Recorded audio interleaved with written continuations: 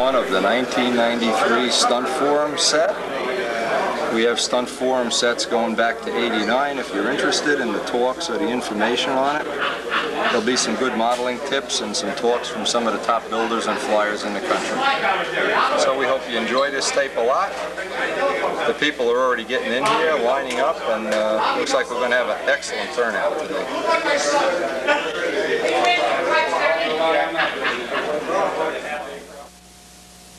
Wrinkles you can see. I pulled this one out and I said, well, it's got a little stain. The other one's organic. Who cares? Who cares? These are the people that'll be speaking, and the thing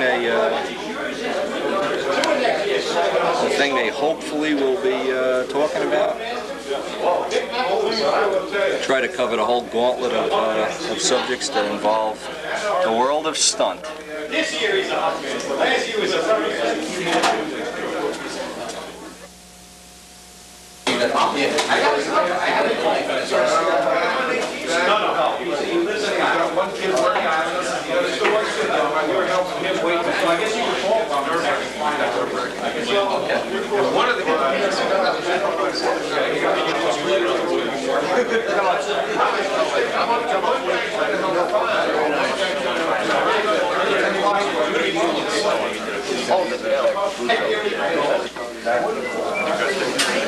How you doing, pal? Y'all ready for this year? Oh, absolutely. Got a couple airplanes to go? Yeah, they're ready. How about you? You gonna fly this year?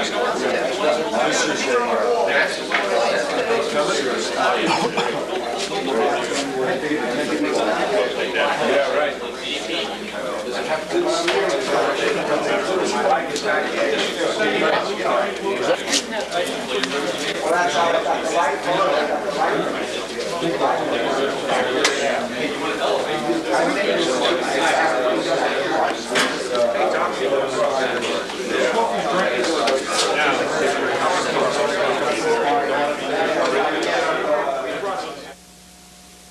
I covered it the second time.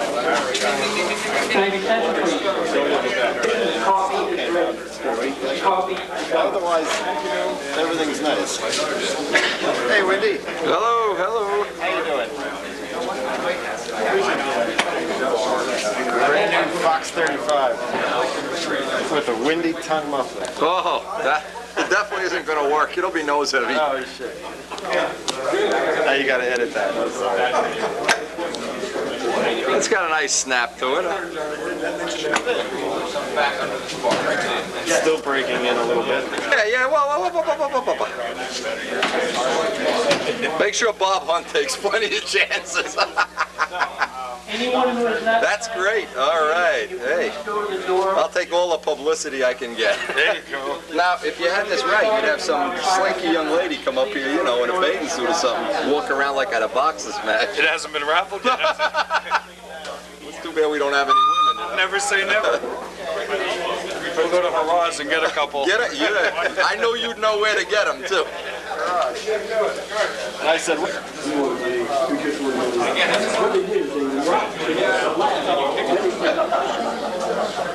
you have sheeting. Took this out on the cradle. Sheeting will be sticking straight out. Now you put everything back in the No bridging, no beam, We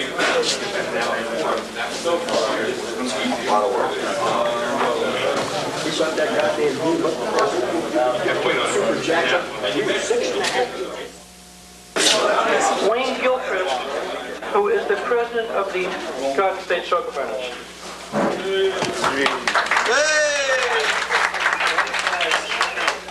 Okay, well, welcome to the 1993 Stunt Forum. I guess as the executive committee of the Garden State Circle Burners, we have voted on having this on a Saturday, especially for some of the people like Steve Buso there that comes down from Albany in the snow on our February meetings at night for 2 hours. Get home at 4. Get home at 4? That's okay. You must have made a stop. But anyway, we voted to have it on a Saturday. Hopefully we've got a pretty well-planned program here for everybody. We will cater a lunch, and like I say, there's coffee and donuts in there. Feel free to go in at any time, pick some up. I will go and pick up the catering. We have catering for 100. I don't see 100 people here, so we can all eat well. And we should have a pretty good time at it. First of all, before we even get started, I want to thank all the speakers and people for coming.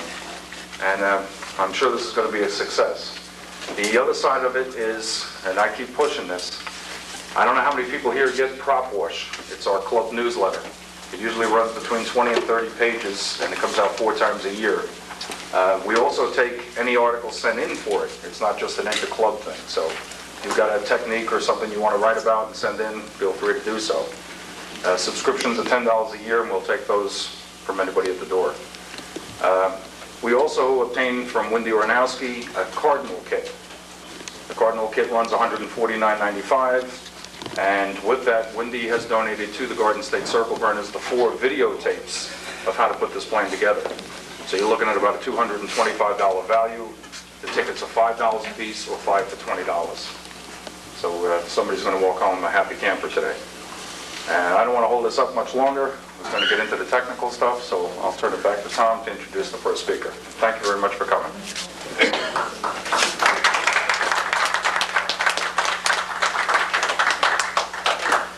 Thank you, Wayne. We're doing our darndest to try to get interesting subjects, and later on I'll be passing out index cards for suggestions, probably about halfway through the day. But in the meanwhile, we're trying to cover everything from construction to Pampa to the World Championships, and anything else we can fit in that anybody here could even ask a question about. And without saying anything more, I want to get going because we have, if you take the agenda, we have quite a bit, hopefully, that we can cover. First on the schedule is Bill Lindeman. Bill is one of those guys that's been around for a little while. Forever.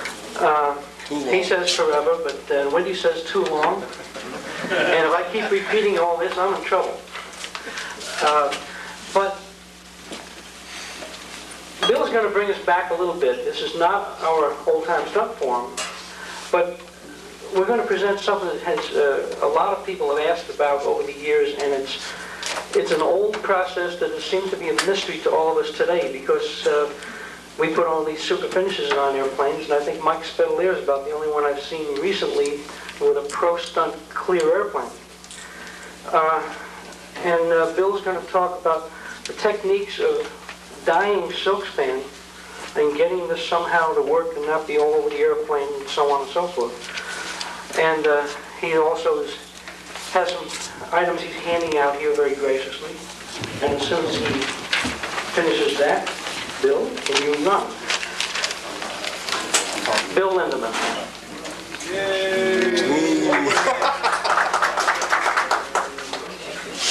I'd rather not have get away with it.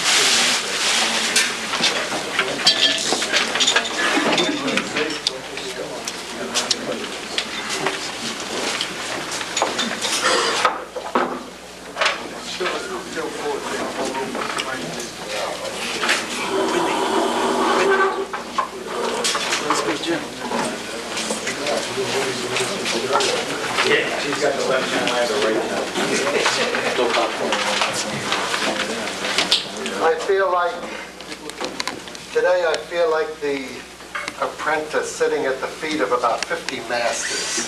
And I'm very happy that the Circle Burners asked me to contribute what little I can. The modeling is a number of very, very simple disciplines. You know, but there are so damn many of these simple disciplines that most of us don't have enough lifetimes to master all of them. That's the way I feel. One thing I have done for an awful long time is in silk span and put it on models. I passed around a sheet, an outline on the procedure, and I will try to follow that. Hopefully I'll leave a minute or two at the end. If we have some questions, we'll be able to answer them.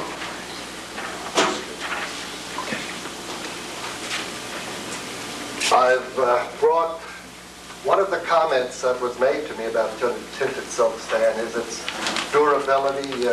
Gee, I heard it cracked easy, it doesn't stand up. This model here, it ain't pretty, but it's 15 years old.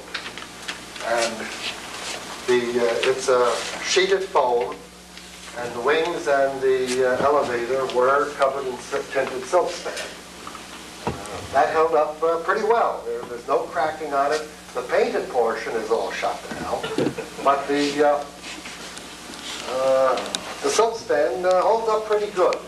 Now, this was hanging in my cellar, kind of like this, in a dark, dank corner of my dungeon for probably 12 years. And you'll see later on, we'll discuss one of the disadvantages of silk stand is that it fades. See the difference in that in the bottom. And the bottom of it is probably 10 shades lighter than it was when it was first made. But it is durable. Now, one of the first things you want to do if you're contemplating tinted silk span, you want to decide that at the very beginning of your construction, that you're going to use this.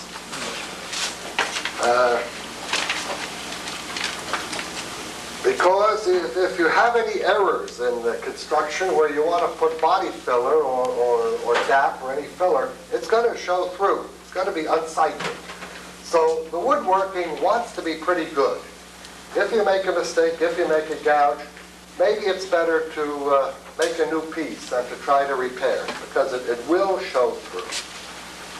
As with all construction, sand, sand, sand. Get that wood as perfect as you can. If there's any area where you have a question or a doubt, sand some more. The procedure that I have here is what I use. Every step of the way, I'm sure there are other acceptable ways of doing it, but this seems to work for me. Prior to putting the silk span on, I usually put 2, 3, 4 coats of dope on. These are 50-50. I brush them on. One of the coats might be a filler material, a sanding sealer. And between each one, I sand the hell out of it. Give it a couple days to set up if you can, and sand it lightly. We all have our own techniques for that. We do it our way. Now, before we actually mix the material and get to work, we're going to have a couple things to consider. If you follow my outline, I use silk span only from one lot for a particular model. I have found that lots purchased, even the same brand, a year or two apart, take the tinting differently. The difference might be subtle, but when you compare one panel to another, it's noticeable. So I'll buy enough material. Well, I did that 10 years ago. I bought enough material for the next 30 planes. So it's all one lot. Won't necessarily be different, but it might.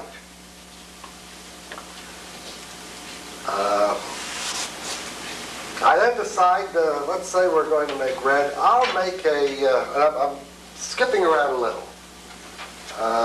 I'll make a test frame. Now, we haven't done anything about mixing or anything, but I'll make a test frame. Because what's written on the box of Tintex or RIT isn't necessarily what it's going to look like on silk span. I have here a couple of these I'll pass around. And I'll get a color that I think is good, this yellow. Then I'll rummage about and get a highlighter. And I'll mark the highlighter on the board, put a couple coats of dope on, make sure I've got a reasonable match there.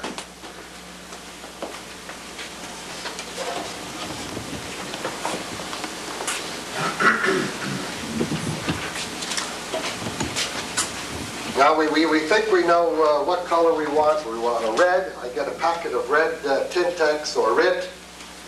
The way I mix it up, I don't mix it up according to the packet instructions. I take about a gallon of water, dump about half the packet in, stir it. Sometimes you have to heat it. I think that's a little more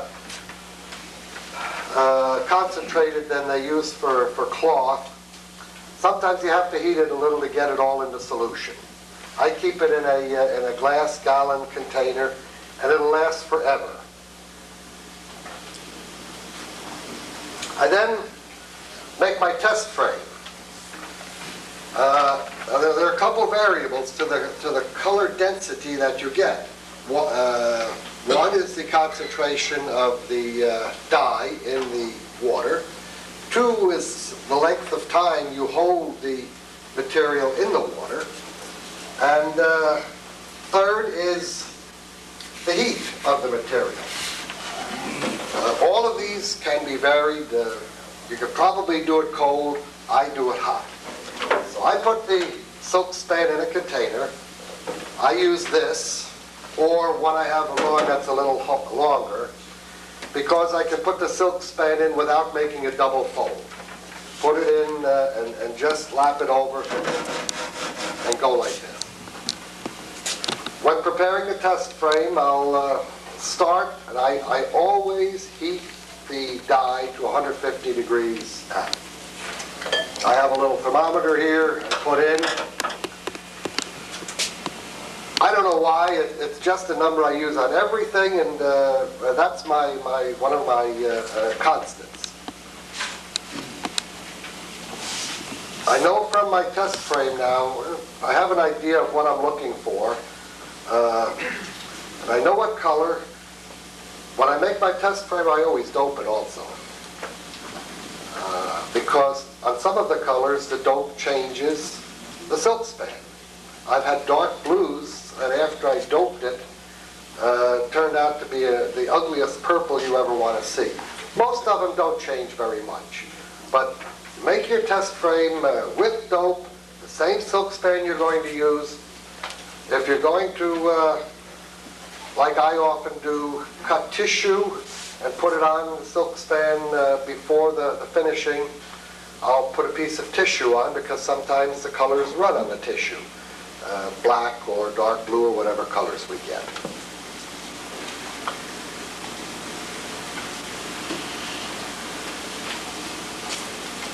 If on our test frame we don't like the color or the shade, we can change it to some degree. Some colors you can change by lengthening the duration of the soak. Some colors reach their maximum density in 30 or 40 or 50 seconds, and if you leave it in for another 2 or 3 minutes, it isn't going to change it. This you just have to find out. On that test piece I'm passing around, there's a blue. The Tintex package said royal blue. To me that was a little too light. I just didn't like it, knowing that it's going to fade anyway. The only way I could darken it, I let it soak longer and it came out exactly the same. So I got some navy blue, mixed a little navy blue with it, and that darkened it. So you have a lot of flexibility, just like mixing up dope. You mix a couple of colors together and it will change, maybe for the better and maybe it'll get worse. But the only way you know that is by making your test frame. When you do the final product, follow the protocol you use with the test frame and it should come out pretty good.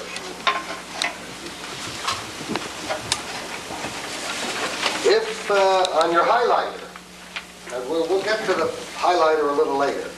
On the highlighter, if you're not satisfied with the color, sometimes you can run it down a second or a third time. That will darken it a little. Now, the actual covering, we're satisfied with our test frame. We've put a couple coats of dope on it. We've selected a highlighter that is pretty close to the same color. And we think we're ready to cover. The way I do it, is I use the largest sheets possible.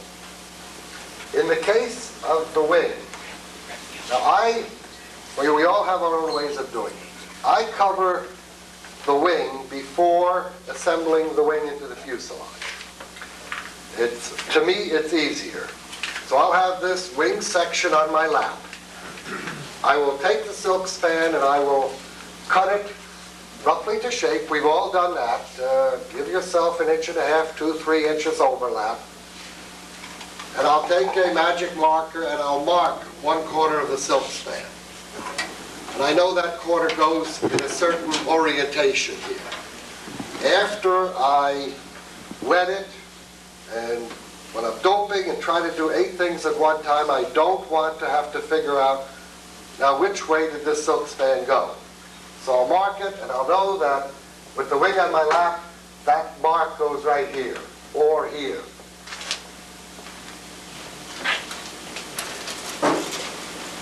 I put the silk span in the hot liquid. If the liquid has cooled off while I'm puttering around, as I do with my ears and my thumb, I'll grab a scoop of it, put it on the hot plate, let it warm up, dump it back in. When it's roughly 150, put the silk span in. I use a long container because I don't want to fold back on it. I want it to be in one plane only. This is too big. I'll let it sit for that period of time I've determined on the test frame, and I'll dump it on the floor on a piece of newspaper. You don't have to pat it, just lay it on the newspaper. I'll grab my wing. Now there's 2 ways of doing this. Neither way is right, neither way is wrong, whatever rattles your cage. When I do a wing, I do it in one piece. Obviously, you can't paint over it. You don't want a double thickness because it will give you a different color if you have a double thickness of the tinted. So I'll start at the back. I'll wrap it around, bring it around front. I'll smooth it down a little, then I'll run dope down the back and the front, smooth it some more, and then pull it a little this way. I don't dope the inner surfaces.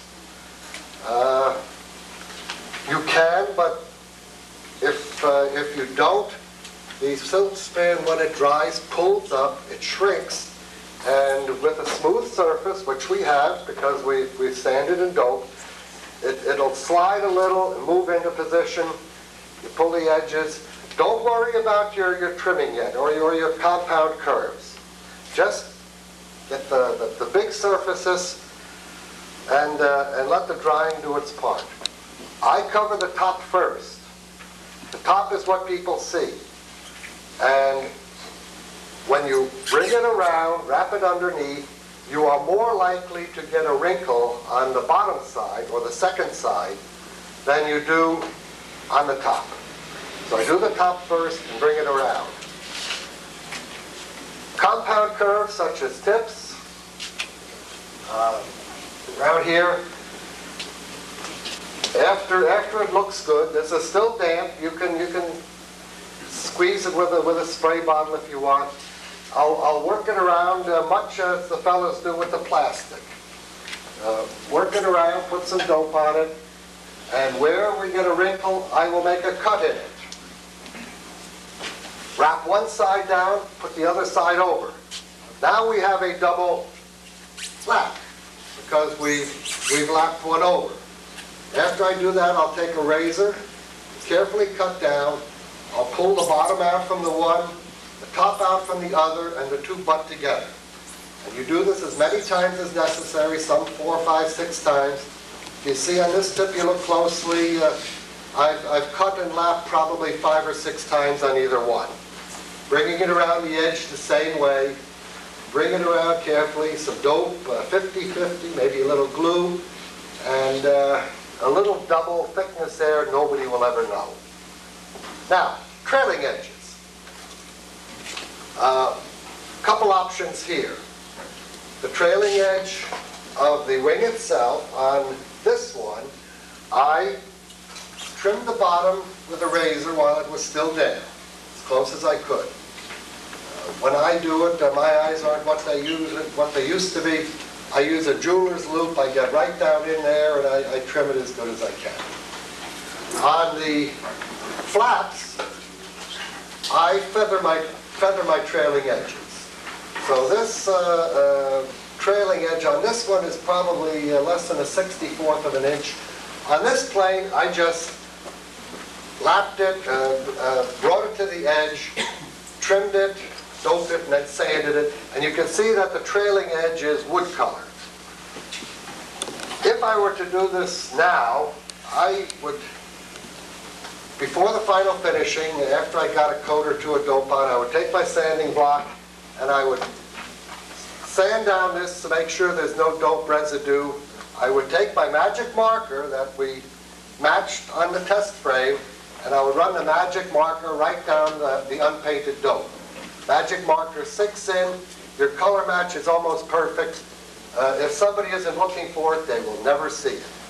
The magic marker can be used for these trailing edges. Magic marker works beautiful. If any of you fellas ever make rubber models for a change of pace to mark around that 16th of an inch or 40 mil framework on the wings and empennages.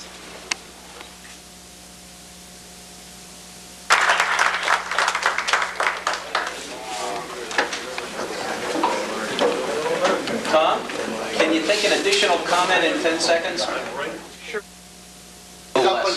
Dump another piece in. Okay. I don't. The other thing you can do with your Tintex that really works well, if you're building I have a Stuka that I built with modern day nylon barrel hinges in it. If you want to dye those to the same color as the silk span, you can make it look really sharp and there's no extra work. You just throw everything in the Tintex bath and all of your hinges, if you use exterior nylon horns, they all come up the same color. I never thought of that. You throw cats in there too? Yeah. Thank you very much, Bill.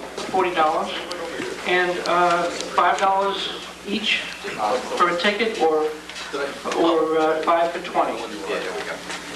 Carl? I've never been up in front of a group to do a public speaking demonstration that took less than 45 minutes, so, but I'll try, as Tommy said, to do this in 2 minutes. I don't need to talk later. Me either, Twister. It doesn't look like it really, but because it has a built-up fuselage. It's covered with that foreign material known as heat shrink film, which some of us who are in a somewhat regressed state of model development still use. It's quite easy to apply, it's quite easy to repair, and it's for generally lazy people who can't spend about 100 hours doing rubbing out and whatever.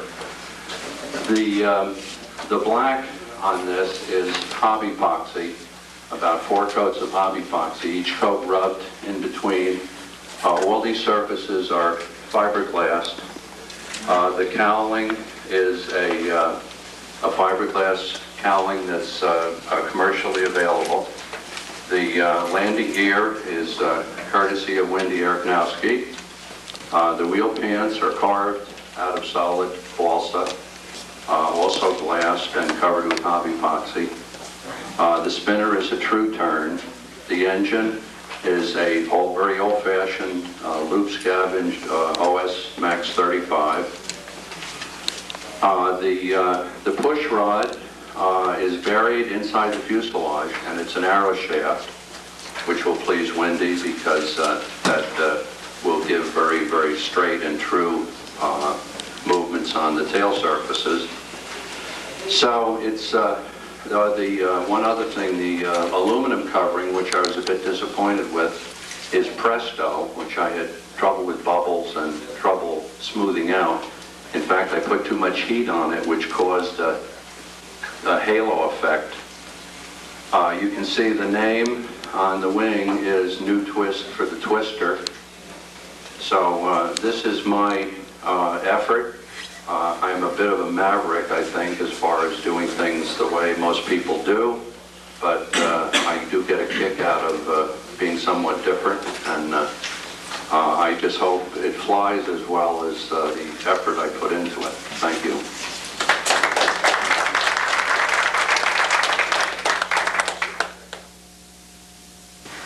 And on, ended up with so many usages that we ended up with a lot of originality and a lot of development of designs. So my hat's off to Carl for a nice touch to a twister. Next on the agenda, we have one of the pros as far as buildings. See, he's looking at the wall. It's the guy up against the wall. I think after he gives a little talk, I think you'll agree with us. Joe Adamiston. Hey! Thanks, Tom. I'm going to try to yell rather than using the microphone. Can you hear me back there? No! First of all, I'd like to thank Garden State Circle Burners and Tom Niebuhr for inviting me. I get excited about this. Last year was my first time here, and I learned a lot of things. And you know, by Tom calling me a pro, that's an extreme compliment because when I look around this room, if there's anything I really learned about flying stunt and building stunt airplanes, it came from the people that are in this room right now, believe me.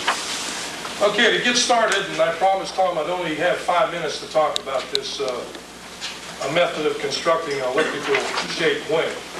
Everybody should have a pass out, and this is important because I'm going to refer to this so you can follow and try to make some sense about what I'm going to discuss here.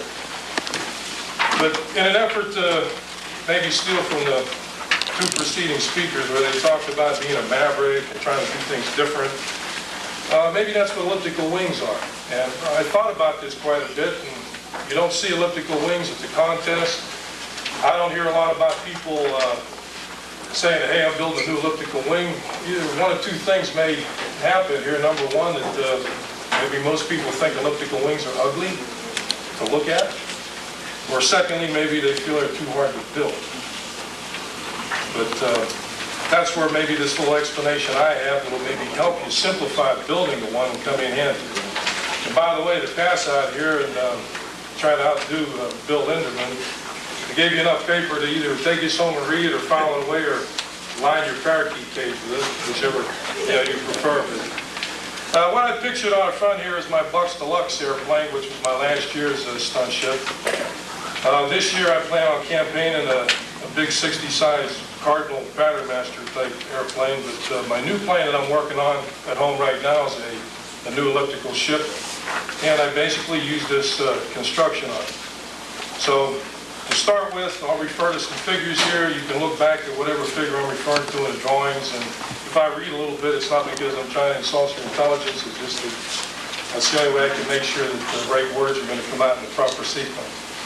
But at any rate, if you're tired of straight increased aspect ratio stunt wings, why not try an elliptical shaped wing? I personally feel that they're interesting to look at because of the curves that are involved. They're also graceful to see perform in the air. Every once in a while I can talk somebody into flying one of my airplanes for me and I get a chance to look at it, and I like the way the curved wings look. One of the most important things I feel is the fact that elliptical wings work with less energy absorption. And I guess maybe that's just another way of saying it. They're pretty efficient type deal. First thing you have to do when you're going to build elliptical wings, you got to have a good plan, just like any model airplane you're going to work on. But if you refer to the wing plan, it's like about the 4th or 5th, and I hope I have most of these pages in sequence here. You'll see that there's a Bucks Deluxe Semi-E2 sampling wing plan form. And if you wanted to, this is a rough sketch. It's not quite up to the Steve Busso technique, but if you would enlarge this, I don't know, 200%, it'd give you about a 700 square inch wing. This is what my new wing looks like. Not the glass tables yet, but maybe sometime in the future, but I have a very small place to work. It's basically an 8x9 bedroom. So everything I have to have is portable. We put up, take down, stick under the bed, those kind of things. But at any rate, first thing I do is make sure I have my parts properly constructed. Well, I like to build these wings, and by the way, this is just a technique. There's maybe 100 techniques. The only other technique I used to build an elliptical wing was the egg crate method that is the style that was used on that Novi 4 airplane. And the problem I found with that was that it was pretty hard to get the leading edge material, the sheeting, to stay glued to the ribs. If you did it right and worked fast enough, maybe it would stay. But the technique I'm going to explain here, you can get in and re-glue and double glue and make sure that that sheeting will really follow that contour. I also like to use 3/16 square spruce sticks that are laminated with 7,000 stiff carbon fiber tape. You make 4 spars, that means you have to have 8 carbon laminates, top and bottom and so forth. It takes time to do this, but it's worth it. You can get a lightweight and very strong wing that will take some abuse, and if you build a good wing, there's no reason why you can't use it in another airplane if your fuselage happens to break or something like that.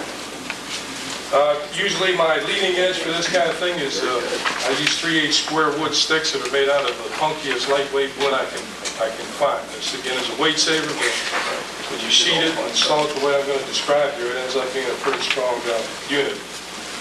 The next thing I do is I make all my ribs. I'm not aware of a technique for using a stack method of making ribs for an elliptic wing, because you know, every rib is different. And so what I do, and we can refer to this figure 1 that shows a sample. And these are just some sample random outlines of the ribs that I used in my Bucks Deluxe airplane. R2 is pretty much the root rib, R6 is a little further out, R9, R10, and so forth. And since I have equal panel type wings, what I do is I make, you know, whatever it is, 8, 10 of one, 10 the same thing, you just double up and you have your sets of wings. But what I'd like to call your attention to here is that the balsa I use is, lightweight material that I can get. They're kind of A-grain wood, and I lay these patterns on. I make them out of paper, cut them rough cut with scissors, except I don't cut the notches or the openings or the leading edge notch. I paste them with rubber cement on sheeting. Then I rough turn with the knife, and I sand to that contour with a sanding block.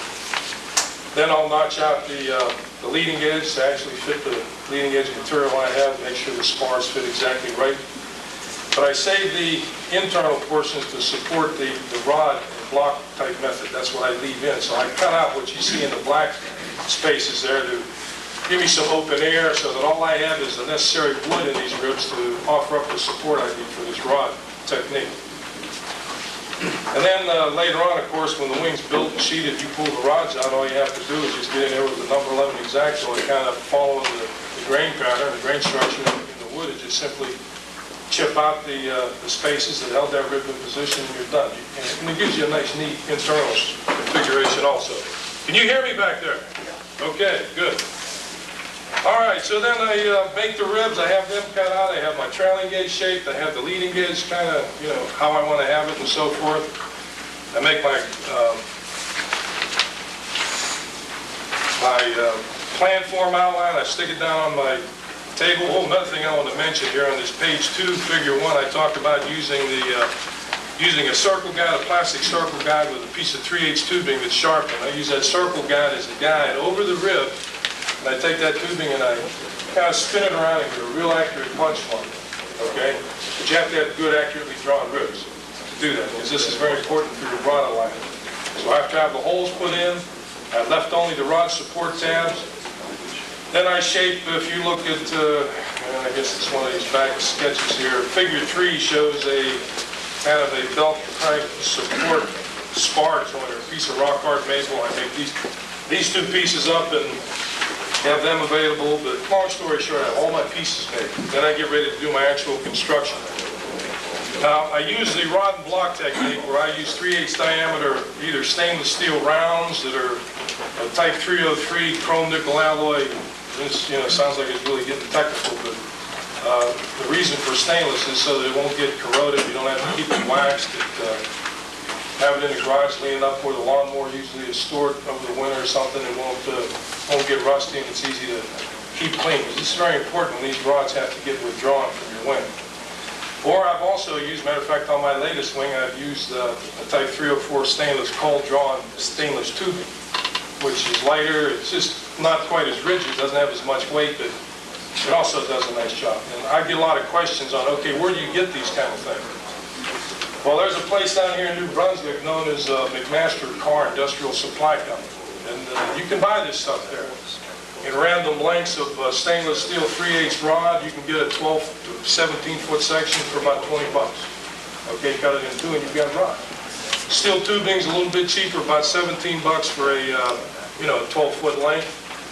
And this is, one outlet where you can get your material. In our area down around the Philadelphia zone, there's the Industrial Supply Company on Cottman Avenue in Philadelphia where you can get this material.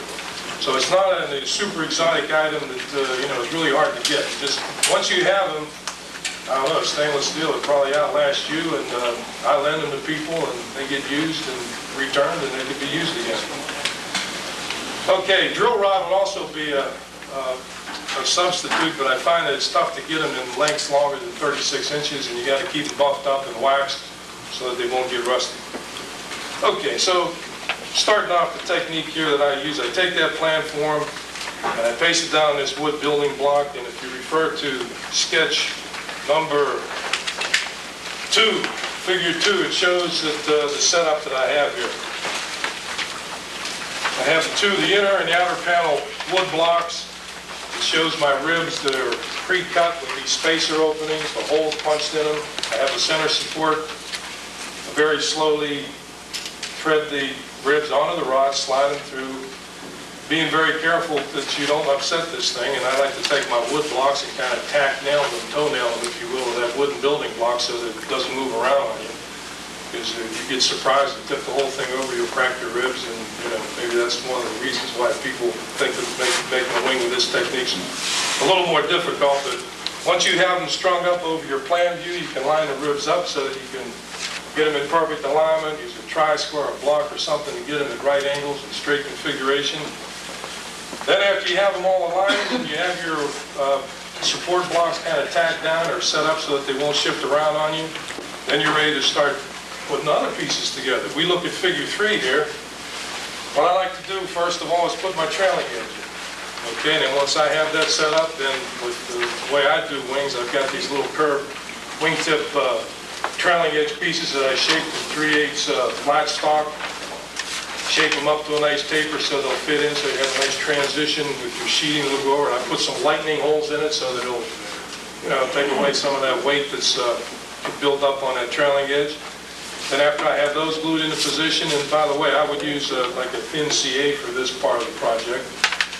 Next thing I'd do would be to install my leading edge material in that third mouth notch in the front of the ribs. And a butt joint in the center works fine for this. The fact that you're going to be using some real punk soft, lightweight balsa makes it easy to bend, but sometimes you get into a problem with the last rib or two on this kind of wing where it won't bend that easily. So what I do, I take my Zona saw and cut a bunch of kerf marks on the inside part of the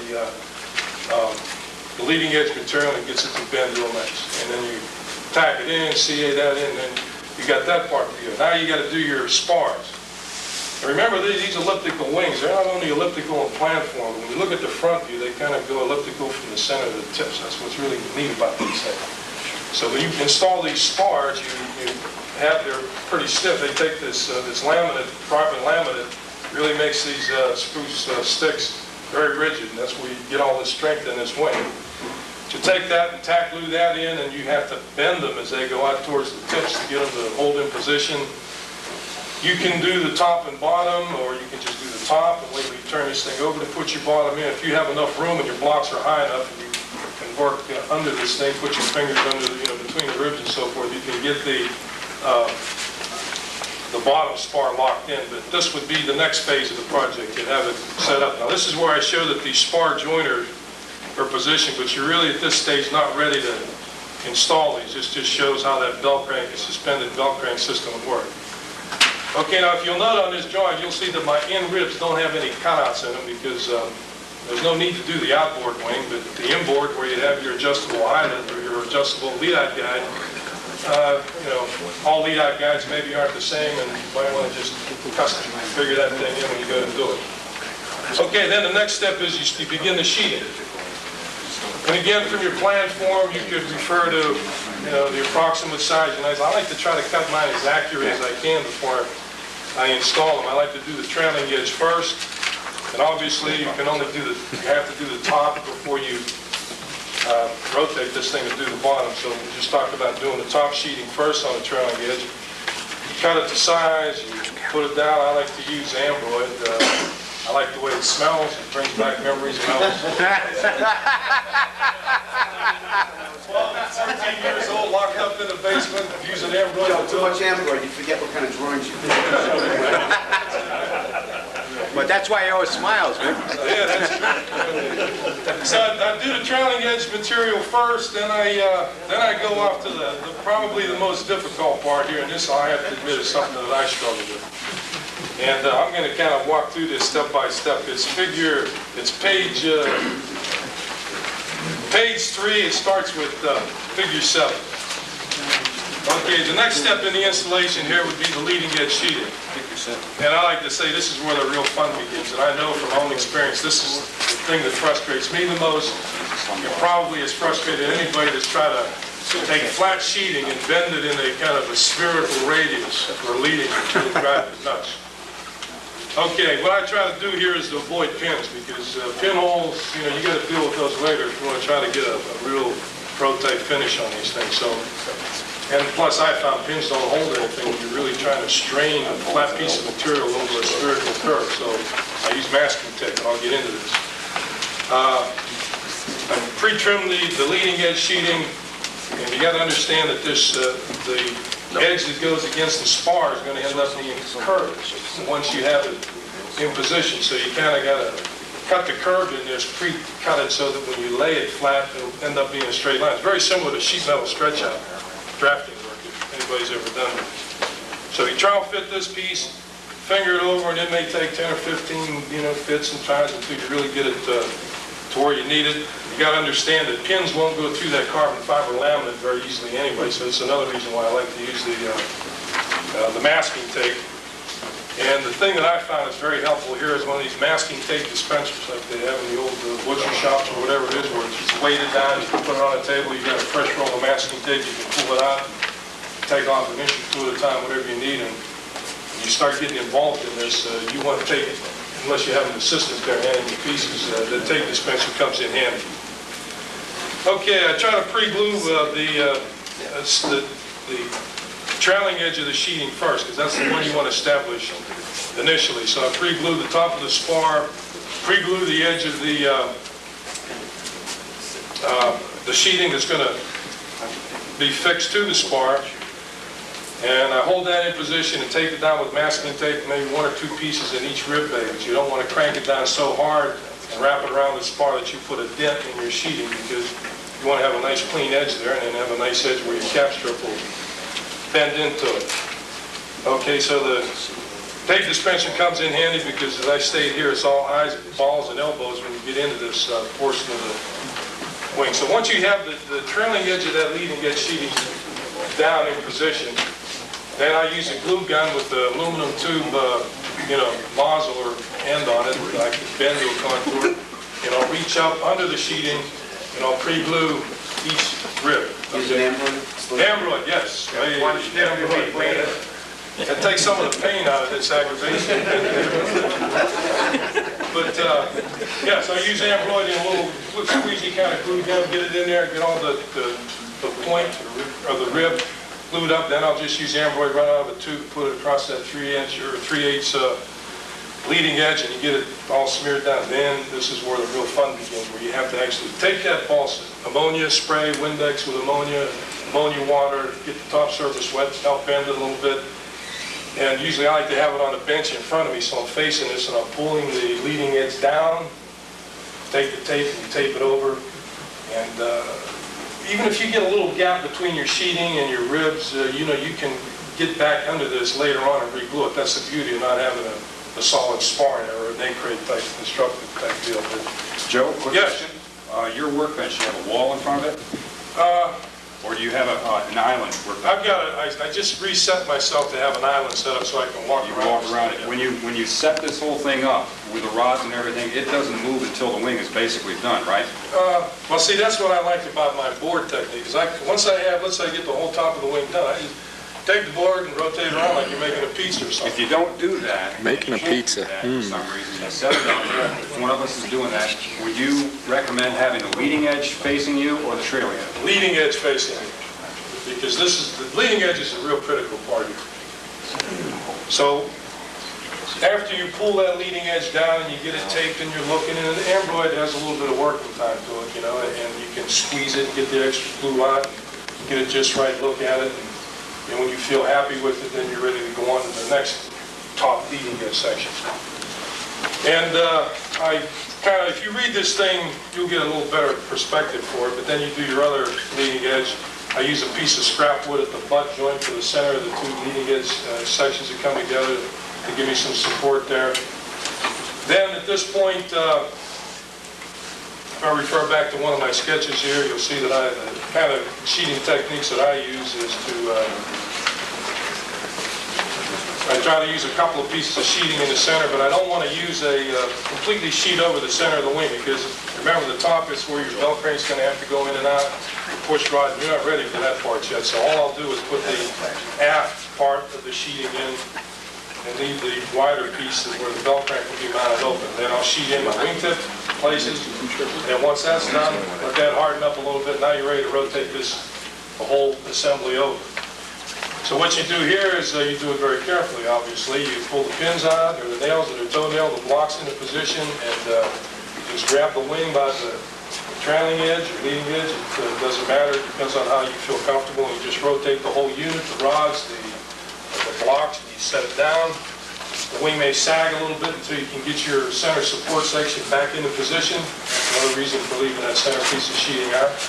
Then you realign it, eyeball it a few times, measure. That always helps to make, because you don't want to have a wing that warps here, and this is one of the reasons for using the rods. And then you continue through and you do the trailing edge sheeting, the leading edge sheeting, and at this point you can install your spar joiner. It's pre-drilled, so your belt crank on that floating pin type setup will already be, ready to establish, sheet the center of the wing. And now you're ready to, once this thing hardens up, to pull the rods out. Okay, so you pull your toenails, spin the rods a little bit to make sure, like I like to use masking tape on the ends of the bars just so they don't slip out on me while I'm rotating this thing over, take the tape off, with a pair of pliers or something on the end of the bar, turn it, see if there's any glue that dripped on the rod, clean it off so you get a nice pull out. And I built 5 wings this way, and I think the second wing I built, I got trapped in my small workshop where I'm trying to pull these 60-inch long rods out, and I'm in a corner doing this by yourself, and you end up, you're stuck, okay? So make sure, that's right. So make sure that you arrange things so you have enough room when you start pulling, at least open the door to make sure you know what, you can damage the wing at this point is what I'm trying to say. But you pull the rods out, and you've got yourself a nice lightweight structure this way. The key thing here is just that it's basically Wendy's been building wings with rods like this for a lot of years, I'm sure, and probably a lot of you fellows have done it this way. I love built-up wings. It's like a chance to show off your craftsmanship a little bit. I tell people that are surprised to find out that I build model airplanes, that this is exotic woodworking that I do, which it is. And to build elliptical wings is a little bit like building a violin or a canoe. It's very intricate, but they can be built strong and durable and last. A few other things that I make notes in here that, I double tissue the center of the wing just to give me a little more strength in there. And one thing on the caution, I use 16 sheeting. I'm going to try a wing in the future where I'm going to use 3/32 for this spherical radius kind of bending of this sheeting. And it's very similar to what they do on building these I don't want to say rebuilt, but the new Cobra race cars that are made out of aluminum, they're hand-built. Actually, that aluminum sheeting is formed over pucks that are made similar to what the ribs and the spars look like. Where you bend it, you try it, you bend it, you try it, and you get it to form over the edge. Formed over the Lux butt. Pardon me? Formed over the Lux butt. The Lux butt, that's right. Yeah, the other thing I feel that would make building elliptical wings easier, or if I could get Jim Hunt to invent me a way of having some kind of a mold where I can throw a piece of sheeting in there and pull a lever down and have me a nice shell that I can... You can pay for it. What you might try, if you want to go to thicker sheeting, instead of going all at 3/32, you can have like 77,000 in stock cut right in between the two, and then it'll get rid of any kind of rippling and it'll cut it for you. Okay, that's a nice thing to know. But, I always struggle to get wood, probably just like everybody else does. And you kind of treasure some nice 5-pound stock if you can get it. I've still yet to find a piece of 4-pound wood in all the years I've been doing it. But you want to use light, like 6-pound, 5-pound wood for the leading edge on this, because it has to be pliable. You have to be able to work it in. One other thing, when you're doing the tissuing on here, and I know Bill talked about the silk span techniques, you don't want to put it on too wet, especially on this leading edge, because it'll break your heart to see that nice formed edge kind of get wavy and if you put too much water in it. So maybe next year's seminar or forum, I'll have my new elliptical wing two-pipe airplane up here, and you have a chance to see whether or not I did a good job on it. But, that's about all I wanted to say. Thanks for, yes, sir, question. One quick, two quick. Double wide. Lightweight, yes. Joe, have you considered using some of these slow set cyanoacrylates for that leading edge plane? Only because it would work too fast. Well, some of the slow set out there, you can lay it on those ribs, and you can lay it on every surface, and as long as you don't touch it, it'll sit there for days without killing. Really? And what you can do is just the same technique starting at the trailing edge, and just sweep your hands over it. I've used this technique before. You sweep your hands over it slowly, and it sets as you're moving it. And if you really want it to kick quick as you're holding down the leading edge, you can have an assistant get under there with some of the kicker and spray under there, and then it goes off like that. You don't have any waiting time, and it's accurate. Joe? Yes, sir. I know another method. If you put a thin film of alphatic resin on top of the ribs, let it dry, a thin film of alphatic resin on the sheeting where the ribs go. You got to have it marked out, let it dry, set it in place, and iron it out. That too. Yes. It doesn't smell as good as Ambroid, though. No. Hey, if somebody wants to try a wing, let me know how you make out, or you can get my number in the pamphlet. Number at the cyanoacrylate works in fantastic concert with the carbon fiber. Cyanoacrylate will kick like that with carbon fiber. I still like to keep a little of the old with the new. And, I don't blame you. I agree with you. Yeah, that's really good. One other thing that I found, and I want to mention this before I get off the stage here, but my original Bucks Deluxe had a pretty thin airfoil, similar to Steve's Kester airfoil design. That was pretty easy to do. I thickened up the airfoil on my new airplane, and by increasing the profile on these ribs, it increased the difficulty in getting that sheeting to bend. And if you go to, let's say, a Cardinal type or a Pattern Master airfoil thickness, it's like 3 1/8 or something like that. Really be a lot. Hey, it's possible. It's just something different. Non-club members have to pay. Wing out there. Maybe next year. Thank you for your attention.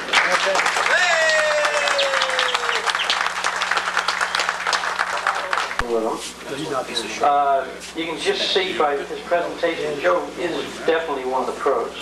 And he's a pro guy, which is even best. We have a lot of people here today from out of town. In fact, we have one guy who might just get this distance award. I guess it's a toss-up between the Boston group and this other fellow. Gary Lutz just walked in. He's from Hagerstown, Maryland. Welcome, Gary.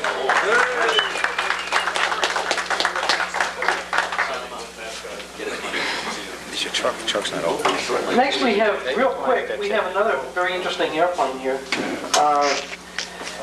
Mike Chiodo from Rocky Point, New York.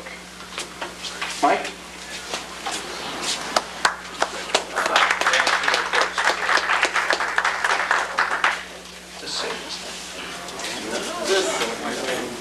You all know what it is. No, we don't.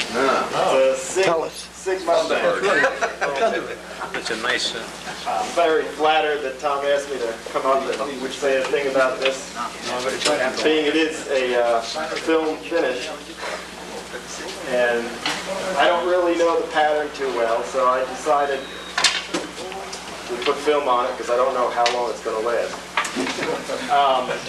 This plane I didn't build. A friend of mine, Don Herdman, from out on the island, built it, painted it with hobby epoxy, and it came out a bit too heavy. Then he decided, oh, I'm not going to play with the 35 size ships anymore. He stripped it down. He did the original paint scheme with the red, white, and blue, and the stars and everything. which I never really cared for. Anyway, it's nice. It came out beautiful, but it's too heavy. So he stripped it down completely, and it was still too heavy without the finish on it. So this is regular foam core wing with the sheeting. He cut out hole like that, put little 1/4-inch square balsa strips to simulate the ribs, and it worked out really well. It's kind of like an I-beam now with no beam. And he cut out the tail sections and put geodetic ribs in there and the back of the stab there. So this thing is hanging on the wall now, and I come in his garage and I say, what are you going to do with that thing now? Because he didn't seem to have any use for it. He says, you want it, it's yours. So I said, Where's he great. Does he have a van? I could use a new van. Okay. No respect. Anyway, I brought the thing home. It was sitting around for a little while. There's nobody. I crashed my profile and decided, well, it's time to cover this and get something in the air. I don't have much building time lately. I just had another baby and stuff. So, I said, what am I going to do? It was either use silk span and dope, which would look really nice, but I didn't have the time, and with the new baby in the house, the smell, my wife would not deal with that, because it tends to rise from the basement.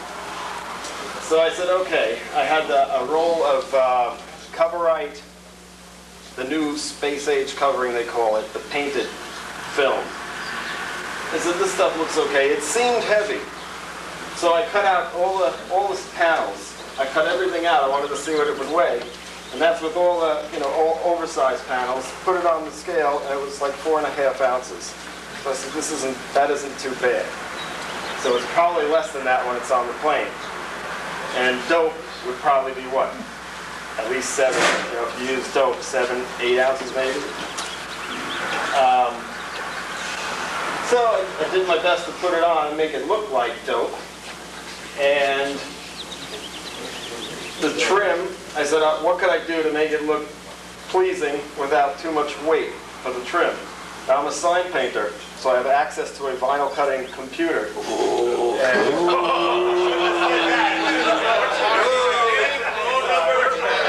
Okay, they got to form a line, Mike. Where do you live? For free. By the way, he made those signs on my van out there if anybody wants custom signs made. Yeah, you want magnetic signs. See me at the end of this.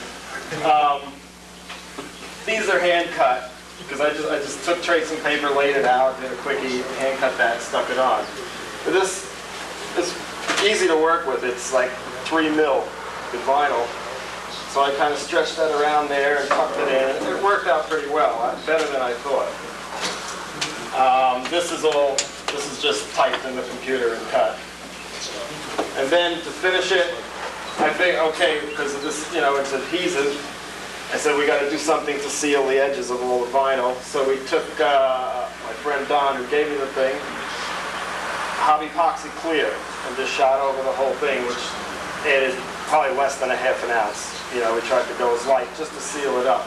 And it also brought the shine up, so it looks a bit better than the original covering, depending on what you like, shiny or not. And last night I put a little wax on it because it's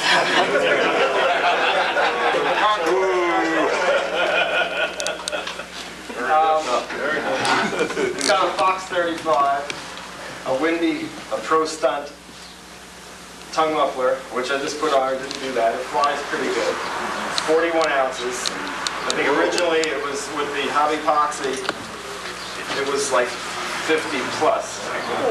So, yeah, he never expected it, but then it came out tail heavy, so Don kept putting nose weight in to get the thing to balance, and then it just got out of hand. Does he want it back?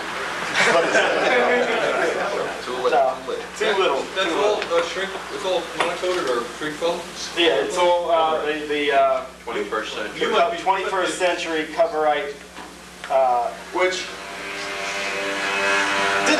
as easy as I thought it would. I mean, it worked, but it wasn't as easy to work with as something like Monocoat or probably the original Coverite, which is as easy to work with. You must be great at diapers. He will be. I'll do my Either best. that or the diaper he done is great at this. So anyway, one thing. Talk about the smell of the dough. This has the formed plastic top, and from here back it's formed plastic. And when I was on the bottom scoop here, that's the one part that did not come out right. So I haven't turned it over. Don't turn it over. Okay. But if anybody tries this with the film covering, be very careful if you're on this plastic, what do you call it, ABS or whatever it is. Because I use an iron. I like an iron better than a heat gun. You get too many bubbles with a heat gun. So I use an iron on the whole thing. And as I was heating up and trying to work out some of the bubbles that I won't show you underneath here, the ABS started to sink, and it really pissed me off.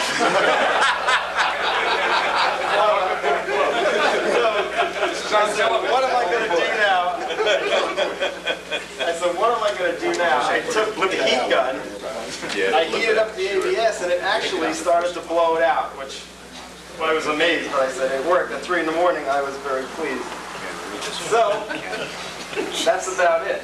So like I said, if you're going to try this on plastic, be very careful with the heat. Set the setting at about, well, it depends, different irons are different, like 2, 2.5, instead of the full max. I was using like 2 1/4 to do the whole thing.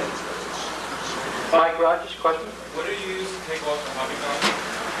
To what? You said you took off the hobby box and you still covered it. Oh, I didn't. My friend Don did. He used an orbital sander.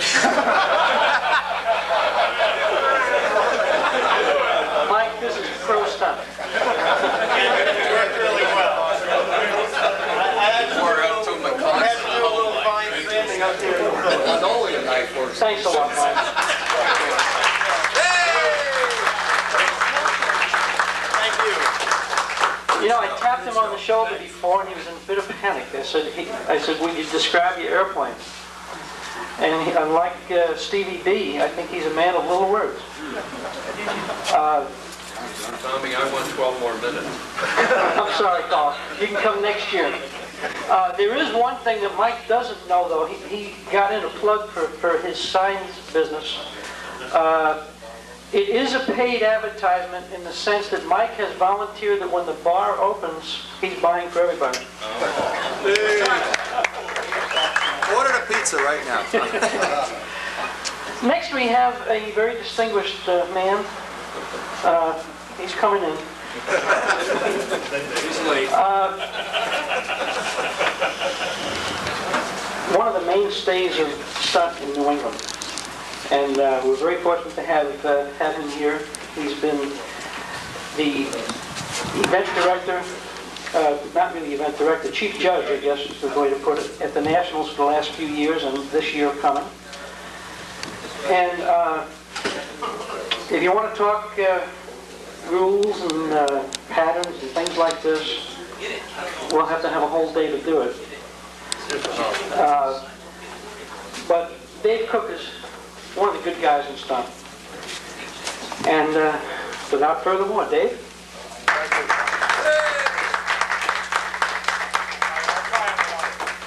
Can you hear me? Yeah. Okay, good. Kind of interesting listening to Joe talking about Ambroid. You know, I go back a couple of years at this point. I never used Ambroid, didn't like it. Wouldn't peel off your fingers. Pieces of skin off.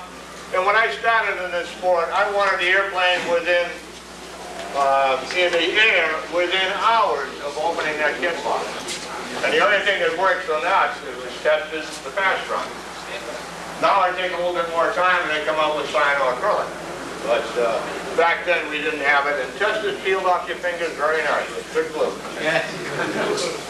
How many guys here remember the difference between the fast dry and a slow dry test? I go back to I like Duco. Bobby got high on this. Okay, I'm gonna have to be careful with this presentation now because I'm in pattern master country. And what you're looking at is not really what I consider an airplane. It's a design philosophy and a construction technique. And I approached the hobby and have for quite a few years. This is a data entry screen off my computer. All those blocks in there are all the stunt ships that I have loaded, that I've looked at over the years. And I keep the information on everything from power to weight ratios, moment arms, barbell effect, a lot of things that I think are important. But the things I want to push today, I think the airplane has to be sized to the power plant. You pick your power plant first, then design the airplane around it. Too many guys go the approach, geez, I saw a pretty airplane, I'll go build it. Near the end, they start thinking, what do I put in it for an engine and a power package? I don't think you can do it that way. And as far as picking the size of the airplane for the power package, number one thing is probably weight. Because a pattern requires vertical climbs. All the way you're in the world doesn't help you when you're going straight up. And it requires constant acceleration. Every time you turn a square corner, you've got to get back to speed. Turn another square corner, you've got to get back to speed. If your engine isn't capable of accelerating the weight you've got back to speed, that airplane's going to float all over the sky. People say, gee, it got light at 45. It got light for good reason. You've either got not enough power or you got too much weight. Pure and simple. So with that in mind, we approached going at a construction technique that would give me a light airplane, consistent airplane. I believe in evolution, not revolution. In other words, you locked in on a design. Sure, you can jump around a bit when you're starting up. But once you lock in on a design, stick with it and evolve it. Don't build something that's 800 squares and then come down to 650. Stick with one type of airplane, one control system, same ratios, so it feels the same. Every time you jump from airplane to airplane, you're relearning the connection between your hand and the airplane. Shouldn't be doing that. Stick with one type. Now, from my point of view, experience, thumb computer, I say a 60 can carry about 64 ounces going straight up. That's a pretty good weight. I like to get down in the high 50s, but no more than 64. From that, I size the wing area of the airplane, and I have some wing area loading, but I come down to as low as 640 square inches for a 60. The airplane's a good wind penetrator, turns corners, flies straight. Now we've got to come up with a technique to build it light, build it consistent, and build it straight. And I don't know if you guys have had a chance to look at the picture board over there. This is what we call a lightning core. You can make it look like anything you want from this stage. This is how it comes off the table. Everything you see here is on it when it comes off the table.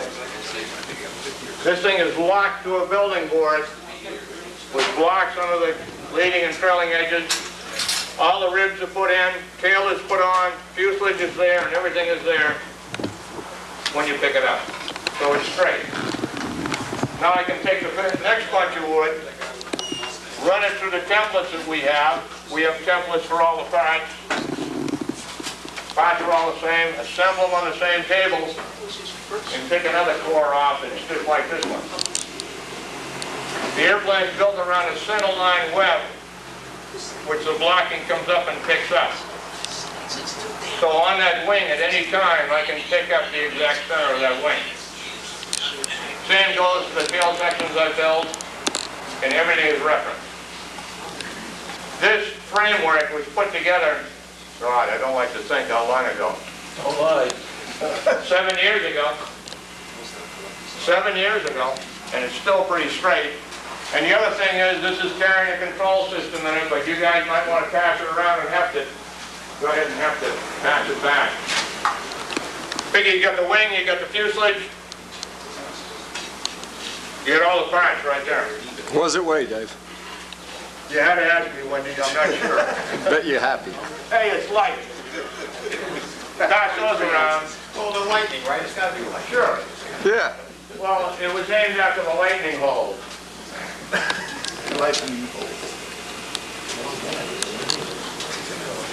I also have a couple of other pet theories. I say the nose section, and again, I'm in patent master country. I have to be careful. There's two ways of keeping an engine down. One is make the nose section real solid, real rigid, beat the hell out of it. And the other is make it compliant, so it dampens out some vibration. If you make it what I call compliant, so it moves a little bit, you're going to have pretty good structure and pretty good strength. This is a doubler. And I use doublers as thin as 64th on a 60. And I can show you airplanes that have been around for 8 or 9 years. And no crack, no problem. Now the leading edge, the flaps that are being passed around, again, that's built on a 16th center wedge to keep it flat. You build the top half first, flip it over, add the ribs on the other half, and then it's sanded to shape. And they come on pretty light. Then you cut out the center. Then I cut out the center. The center. Yeah. Pretty simple process. It matches my building technique. That's Ron has built one, and he says, I wouldn't build another one of these goddamn things. He says, I broke every rib in it at least 5 times. Is that true, Ron? Absolutely. All you gotta do is run your knuckle across the top of the wing and you take every rib out. 1/10 to 1 second and you got 2 days work again. But it is a strong airplane, I'll give you that. We've had them wallop into the ground. The strength in the airplane is in the cover. We cover with medium weight silk span, cover wet, cover one piece most of the way, so we wrap around the leading edge. And once it's doped up, it's a pretty tough structure. We've had them wall up the ground, come in hard. They might split paper once in a while, but they stay together. The spar that's in there is laminated. The spar, when it goes into the airplane, is in one piece. This is the Formica template for a spar. And with what you can see, you cut 2 pieces that go halfway. But all the other pieces, this piece is then cut from there to there, and that lays over on either side. Then the next fish scale is cut, and that goes on either side. Then there's a 30-second plywood centerpiece, and then we bend it so it matches the high point of the wing as we laminate it up and put it together. So all in all, it makes a pretty rugged airplane. It's consistent. If you like parts and pieces, it's a good airplane to build. If you are a foam type and you like big chunks, maybe not. What was the technique called? This? The building technique that you use? Well, it goes back and probably starts with a technique called the Detroit stunner in the area. And it's I-beam. This being the eye in the beam. Thank you. Let me tell you, it takes 90 days to build one. 89 days to cut out the parts, and one Saturday afternoon with hot stuff to glue them all together, and it's done.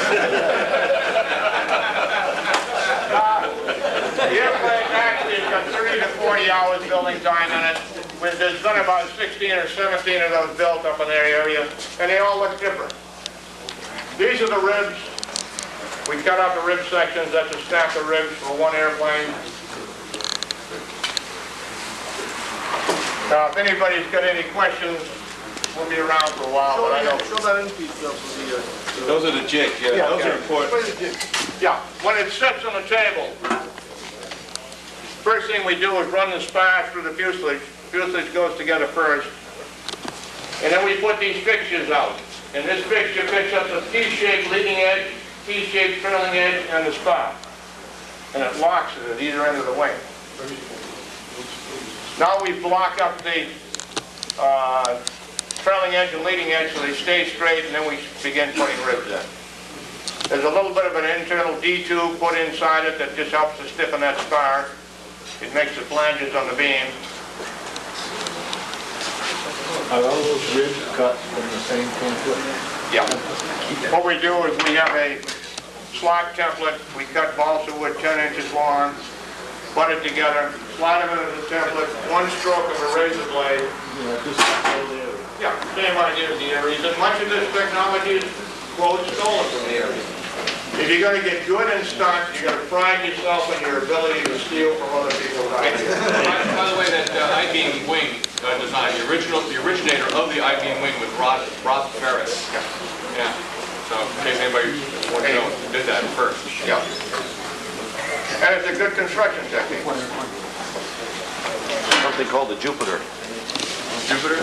Yeah, it won something at the Nat somewhere back. Farris? Yeah, it was quite a ways back. Yeah. Yeah. Didn't he invent the wheel? Bob worked together, and Art had an airplane called the Atom, which I think was the second or third one built that way. The tail sections are templated, and essentially this becomes the 16 sheet which you build up that tail section on, if you saw the tail section sheet built up. And these airplanes will come out, I can bring a 60 ship in just a little under 60 ounces with a halfway decent finish. The 85 Nats airplane, which was jet style with trike gear, came in just a little under 60 ounces, and that was a good flying airplane. We flew it one of the real windy days of the Nats, and we had people swearing at us that the wing was flexing 3 inches. I doubt it, but it stayed straight, did the pattern, that's what counts. And nobody said that I got the lead outs in the wrong side yet. Depends where you put the top block,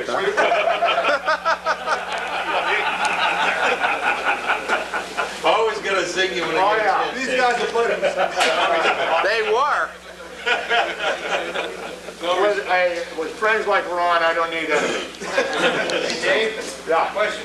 I noticed that is this reinforcement, the balsa on this? Yeah. Oh, okay. It's a simple trick that's been around for a lot of years. Rather than the Just take a straight push rod and wrap balls around it on that short piece, and that stiffens up the rod. Yeah, Ron. Jim was commenting that the only thing that would be a negative, he felt, would be to carve blocks would be difficult to get around the wing and so forth, and it could be. What you could do is make up a separate fuselage crutch very accurately, and carve your blocks using the bogus crutch, and then take them off and put them on this. That would work fine. Most of my top and bottom is done with sheet anyhow. I don't do a lot of... If I carve blocks, I laminate them. Balsa, and I'm pretty sorry. So you have paper built in. Yeah, so it's got a taper built in. And, but like I say, that's a core. Do anything you want with it. Make it look like a Nobler, Aries, anything. Okay, I'm set.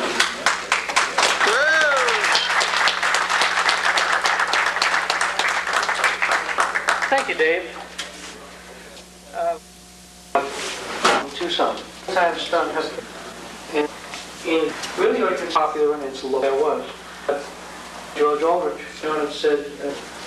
Original meat profit, which Steve, the well-deserved. Man here who.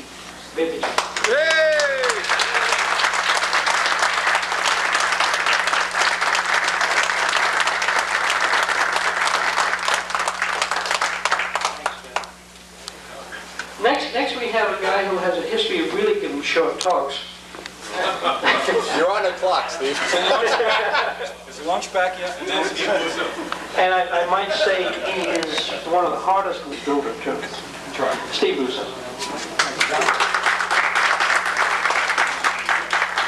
Can you hear me back there? No. Use this thing. Because I have no handouts, I have no photographs, no overlays, no slides. All I have is just a couple ideas. A little qualification statement. Yes, the last 2 years in a row I've made front row at the Nats, and in '91 I did win concourse, but that was, of course, flash and trash. That was the paint scheme, not the finish, right? Yes. No. Because if you don't have the finish right and the basics down right, paint scheme isn't going to do anything for you. All right, you cannot hide mediocre woodwork or workmanship with a coat of paint. It won't work, ever. Not once. Not once. All right? You've heard Bill talk about sand, sand, sand. Joe, sand, sand, sand. That's the secret, sanding. You got to get right at the very basics, good workmanship on the structure itself, whether it's a foam wing, open bay, I-beam, anything. You've got to have top-notch workmanship on the structure. First off, no substitute, period. Then you got to set a goal. Kind of philosophical here. You have to set a goal. How good do you want it to be? How good do you think you can make it? Because that goal is going to have to power you all the way through, right to the very end. Is it good enough? Sometimes it is, sometimes it isn't. What do you do if it isn't quite good enough? You say, forget it, maybe next ship. Most of us do. Some of us, very few of us, say, no, I'm going to do it again. That takes guts. That takes time. That's a lot of work. There is no substitute for work when it comes to finishes. I'll go, I guess Vic is doing a more detailed talk later on detailing the thing, little things like that. I'll bring it from wood up to basic base coat paint. And all I've got to say is how I've done the last two ships. They worked out very well, and they're relatively simple. As few steps as I could get away with. I know Mike on his new ship here, he's gone even fewer steps, trying a few experiments, and it looks like it's worked out just fine too. Okay, so basically you want to have the nicest finish for the fewest steps possible you can get away with. But again, each one has to be done very, very well. Bare balsa airplane, sand it with 600. The whole thing. Make sure everything fits. All the dents and dings are filled with DAP. That's what I use. Sand's best of any kind of filler I've found. Which DAP? The heavyweight stuff, not the lightweight stuff. The lightweight stuff I found tends to harden the balsa around it, and when you're sanding, it just won't flatten out. So 600 grit, you're ready to go. 2 coats, unthinned, SIG clear, not light coat. You can do light coat, you can do regular. As far as I can see, it doesn't matter. 2 thick coats, brushed on the whole plane. I'll do it with a foam wing. That's my last 3 experiences. So I'm not going to get into too much detail as far as a D-tube or an I-beam wing. After you sand with 400 grit very lightly in between those 2 coats. So you've got 2 coats of clear on, sanded with 400 grit. Then you cover it with silk span. I do it wet. With or without a block? Those light sanding? Oh, with a block. Okay. Always with a block. Use as large a block as you can get away with. And I have gotten into the habit of using foam blocks, styrofoam. All right, you get a wing, you get a foam wing, you get the cradle piece of stuff, cut it up, make sanding blocks out of it. They're very, very useful, and they conform slightly to the curvature of, say, the airfoil. You can make small ones for fillets. Thousands of uses. Silk span wet over the entire airplane. Okay, then you've got, once the whole thing is applied, you've got 3 coats here, you've got no coats there of clear dope in the adhesion process. What you want to try to do is get it up to about an even 3 coats of clear on the entire structure once all the tissue covering is on. 3 coats, I use light coat at this point in time. Once I'm dealing with tissue paper or silk span, I use light coat. That's brushed. All right? Then, and again, sanded in between, 400 grit lightly with a block, just to get the fuzz off. Keep getting the fuzz off, all right? Or else it'll build up and it'll be hard in hell to sand off later. So in between each coat, just sand it very lightly. Yes, sir?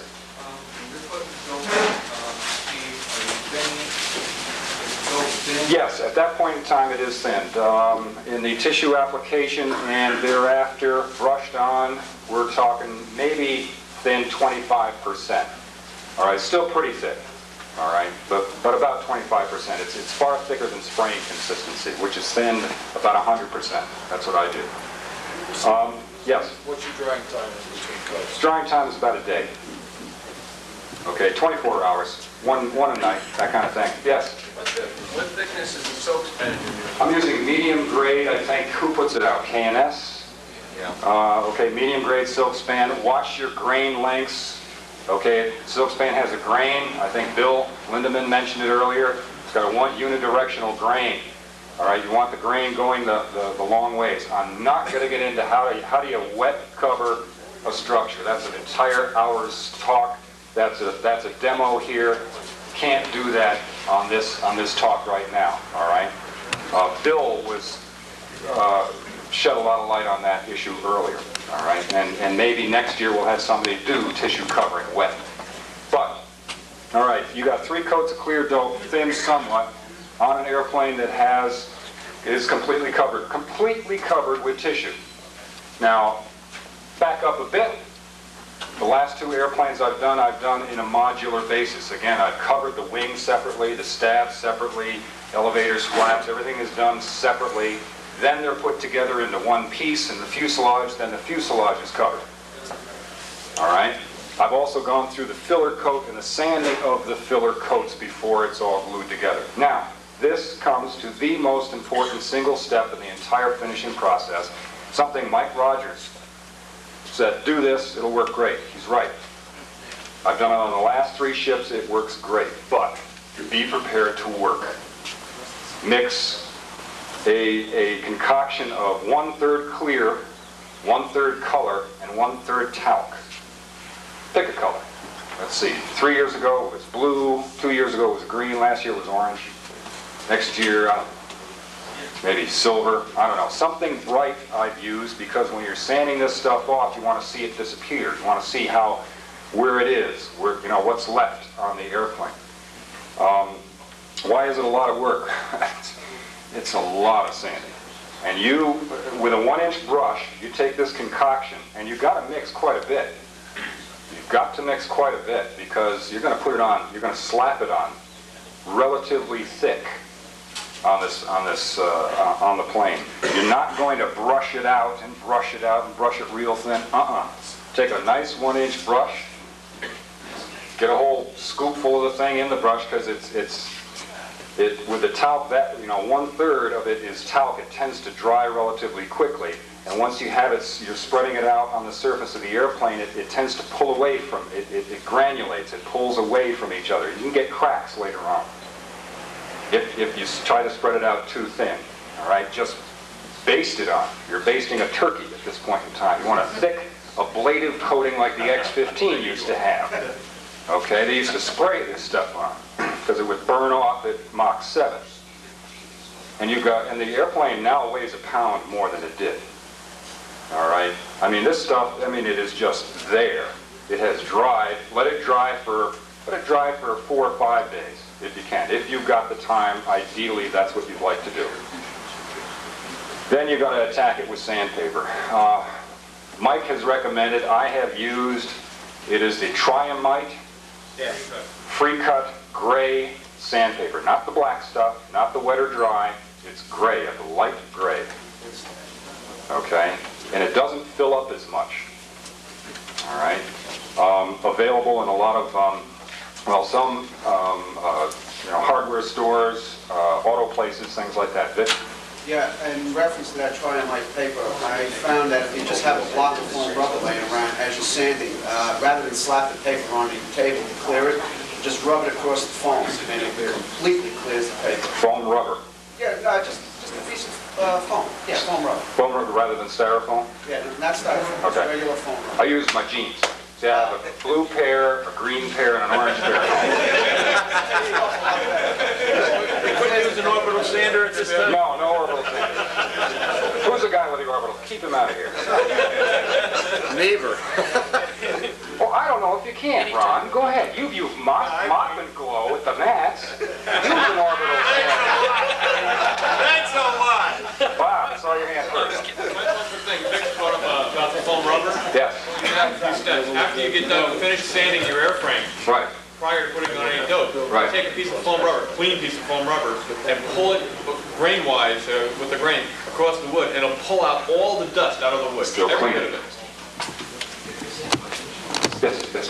Question. What grit sandpaper was that for the finish? I think I'm starting with 240, then going to 320, then 400. 240, then 320, then 400. You're doing the entire airframe with 240, then the entire airframe with 320, then the entire airframe with 400.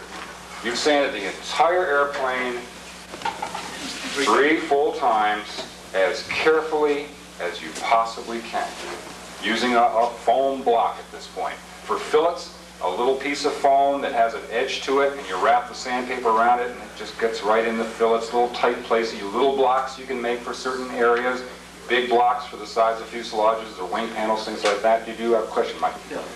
1/3 clear, 1/3 talc, 1/3 color. What about the thinner to make it penetrate into the lower? No thinner, 0.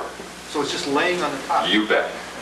It's an ablative coating laying there on the top, stuck like mad to the tissue. Only a color. Mike? It penetrates. It sticks. It ain't going. It's not going to fall off. Try sanding it off. It's not going to fall off. Just as another guide for somebody, if you're not using a block on the leading edges, which you can to cut it, you may want to take that foam rubber that Vic was talking about and just use it as a backing for your leading edges and stuff. Yeah, not a bad idea. Watch your corners while you're at it. Watch the corners, you know, where the hinge lines are, stuff like that, because bingo, it'll disappear. You know, anybody that's put clear on and try rubbing it out as carefully as you can, bingo, there goes the paint. All right, so watch your corners. All right, but basically this is the #1 and most important process in having a good surface finish to your airplane after the woodwork. All right, again, you can't hide poor woodwork with this step. All right, now at times I thought I could like glue toothpicks to the surface of the airplane, put this stuff on, sand it, and you'd never see it again. Which could be possible, all right, but again, it won't hide poor workmanship. So you have sanded this airplane 3 full times as carefully as you possibly could, and you have this model colored, let's say we used orange like last year, an orangey balsa looking thing here and there. Well, not all of it's gone. All right, gee, there's a patch here that I just can't seem to get off. It's smooth, it feels good. Close your eyes and you feel it feels pretty good. Leave it. Leave it. All right, don't wreck the airplane. All right, you've gotten 99.9% of the filler off, by the way, by then. Once you're done, you've gotten an enormous amount of this material off the plane. And you don't want it on the plane, you want it off. Now, if you've got, are we on TV? Yep. If you've got guts, do it again. Do the whole thing again. Thanks, Steve. Mike, have you done that twice? Well, I use different methods. I don't take it 99.9% off.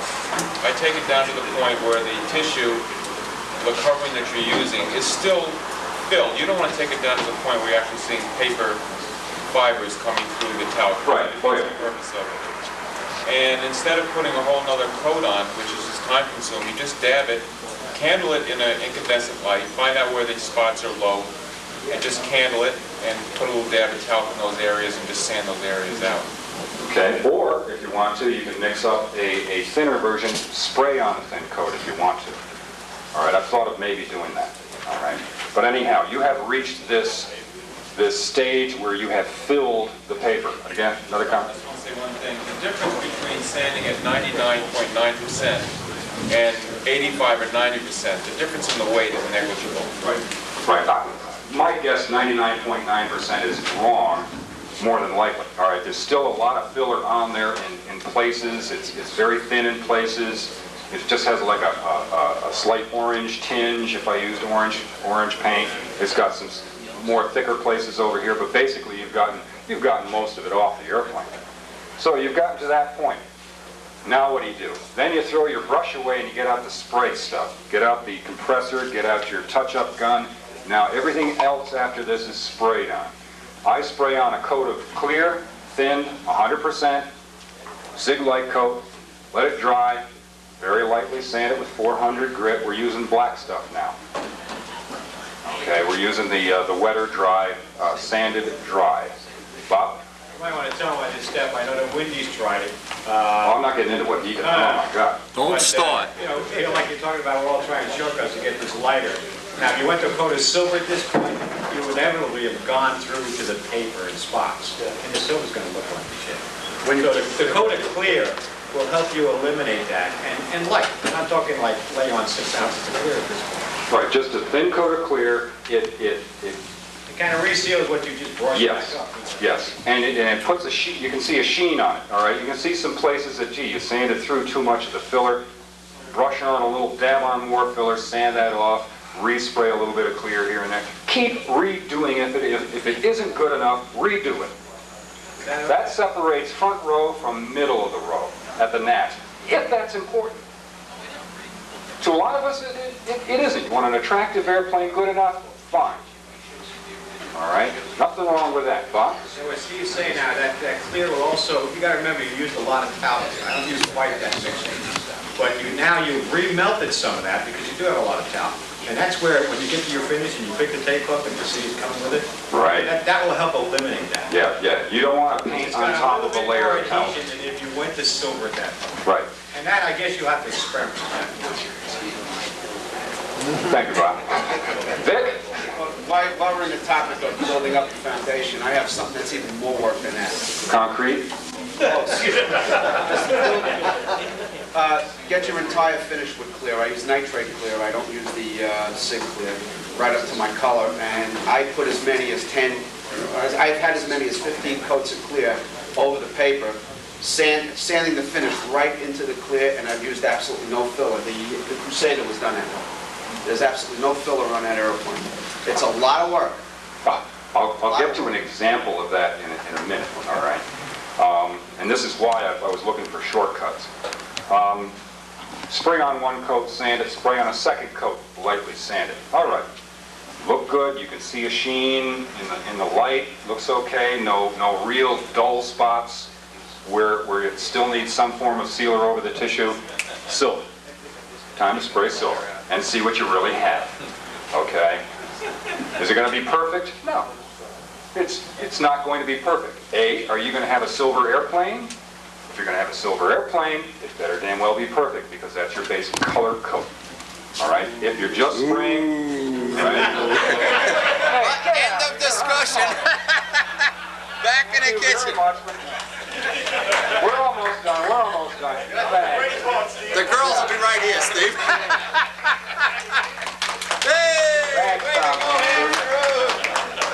We're almost done. We're not going to do any more sanding, no more spraying, that's it. Spray it with silver. All right, you'll see some flaws here and there. How to fix a flaw? Gee, if you didn't notice it, you sanded through, then you're going to have to put on another coat of that filler, sand it off, airbrush on a little bit of silver.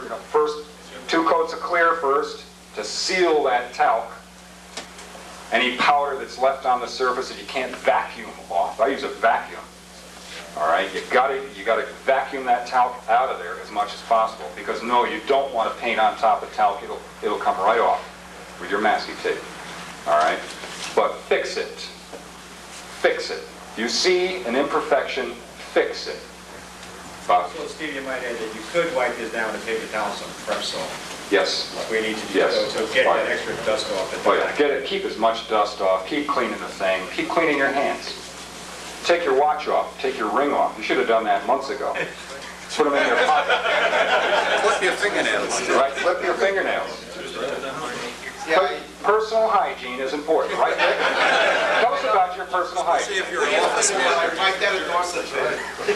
Dorsal, wiped it out. Thursday, rubbing that thing out, I stuck my fingernail right into the dorsal. Yep. Remove your fingernails. All right? No metal objects. Just about. It gets to be pretty weird. I'm a fighter. And when you're finally taping and all that, you wash your hands so much, I broke out in a rash last year.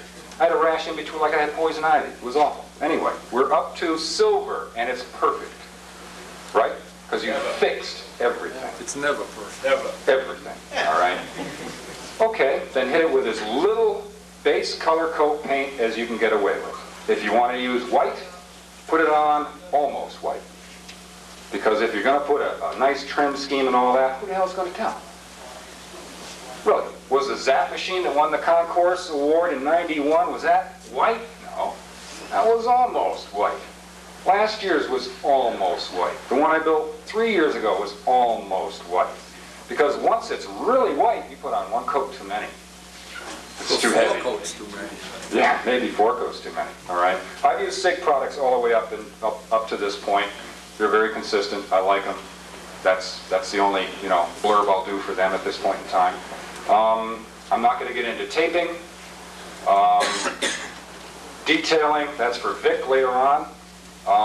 Your clear coat, once you're all done with your trim, you got all your detail, your electroset, your pilot, you got all that junk on there, you got rockets and bombs and junk, okay? You guys are building wings, I'm building ordnance. Right, ordnance, all right? This is the year of the ordnance. If you don't have ordnance on your airplane, you're nowhere. I know I'll have some ordnance on mine this year when we get to Flushing. All right, a lot of clears hanging around these days, a lot of clear coats hanging around these days. Good old SIG light coat clear still works great. Still works great. Why did I use Deltron? PP&G. No, it tastes good. Why did I use that 2 years ago for the first time? I let Jimmy Casale try it first on his airplane. I did. Does it work? Yeah, it works. Good. Is it compatible? Yeah, it seems good. Okay, I'll buy some. It's $75 for one airplane. Actually, it's the catalyst that goes bad rather quickly, within a week or 2 weeks after you open it. So basically, it's about a $25 a quart catalyst. You don't really use that much, so you can get by with spending less. But your first cash outlay for a clear coat of PP&G Deltron DAU 82, which I used the last 2 years, will cost you $75. Unless you've got a friend in a body shop that uses it. All right, he can give you some. Bob? He did this new stuff I was telling you about called chroma-based. Not yet. Okay. Like I said, there's a lot of clear coats. All right, Imron. Gee, what happened to Imron? Imron's dangerous as hell. Deadly. Look what it did to Wendy. Right. Case closed.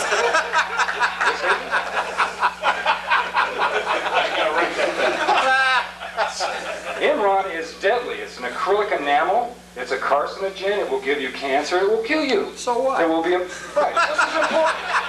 Can you win the concourse or not? That's what we care about. All right. Deltron. How dangerous is Deltron? I don't know. It's dangerous. It's not as dangerous. It is something that you should take all precautions that you can possibly take, just like spraying any kind of paint except watercolor paint. All right. You want to have a good ventilation. You want a good mask. All right. You want all that protective stuff that you possibly can. All right. It's a volatile substance. Okay. Why did I use it? Well, once I tried out this fluorescent paint, that old neon stuff that nobody uses anymore.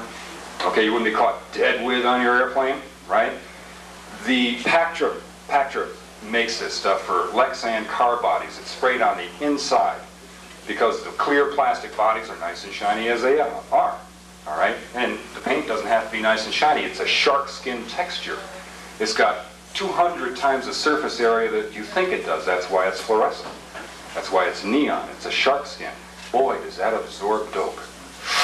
Sucks it right in. The pink will suck 10 coats of black in and disappear somewhere. I don't know where it went. I said, uh-oh. How many coats of SIG light coat am I going to have to put on? 6 gallons to get a shine on this thing? I didn't know. So that's when the experiments started taking place. I talked with Bob Hunt, he's used this. I talked with this guy, used that. Get the stuff to Jimmy, let him practice with the stuff. It seems to work okay.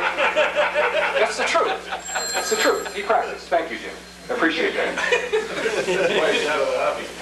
Deltron does. So, again. See what Deltron does to you. Right. Out of the hobby in one shot. I needed a clear that didn't evaporate. I needed a clear that didn't sink in to this stuff. It would harden on the surface. I know epoxy does that, but that is not what I wanted to use. Epoxy also has a tendency to yellow. And I didn't want that. I had a white airplane, not a yellow airplane. So we went with the Deltron. It goes on looking wet. third, a third, and a third regular paint, part of it, a third catalyst, and a third thinner. Temperature variant thinners are available. Spraying in cool, moderate, hot weather type of thing, those three are available. Sprayed it on, looked wet. It's all again in parts. All the control surfaces I spray separately. I paint separately. I detail separately. I try to make sure that the masking lines are, pretty close to each other when they go over the hinge lines. But it's sprayed on. 2 years ago, the 60 power Zap machine, I gave it 2 coats. Last year's ship, I just gave 1 quick coat. It looks wet, it stays looking wet, and you can pick it up and carry it around 10 minutes after you spray it. It hardens on the surface. All right, it has excellent adhesion, and it is fuel proof. All right, am I going to use it again? Yes, absolutely. It'll be on my next ship and probably the next ship if they're still making it. Unless you find something cheaper, it does the job just as well. Vic? Rubs out. Oh, wow. You can start wet sanding it 36 hours after you put it on. All right? You wet sand it first. You rough it up with 1,000 grit. Don't even think of getting 600 grit near this airplane. All right? 1,000 grit, wet. Rough it up. 1,200. Do most of your work with 1,200. Again, foam blocks or by hand in certain places. Watch the corners, because they'll go through like that. Most of your work is with 1,200. Then I go to 2,000 grit. Oh my God. This is the 3rd time I'm wet sanding this airplane. It's 2,000 grit and it's starting to really look shiny because you're removing the scratches. Each process you're removing more and more scratches. Bob? Are you sanding here with water? Would you say what? Or prep soap? Water. Water. Pure water. No soap, no additives, no nothing. Just water. After a while, it gets pretty murky and thick and pretty. I do it in the garage. You got to see my garage floor. It obliterates the oil stains and stuff like that. I have orange, blue, and green. Well, it's terrible. But it wet sands very, very nicely. After the 2,000 grit, you can go, if you want to do polishing compound. Although you may not need to at that point.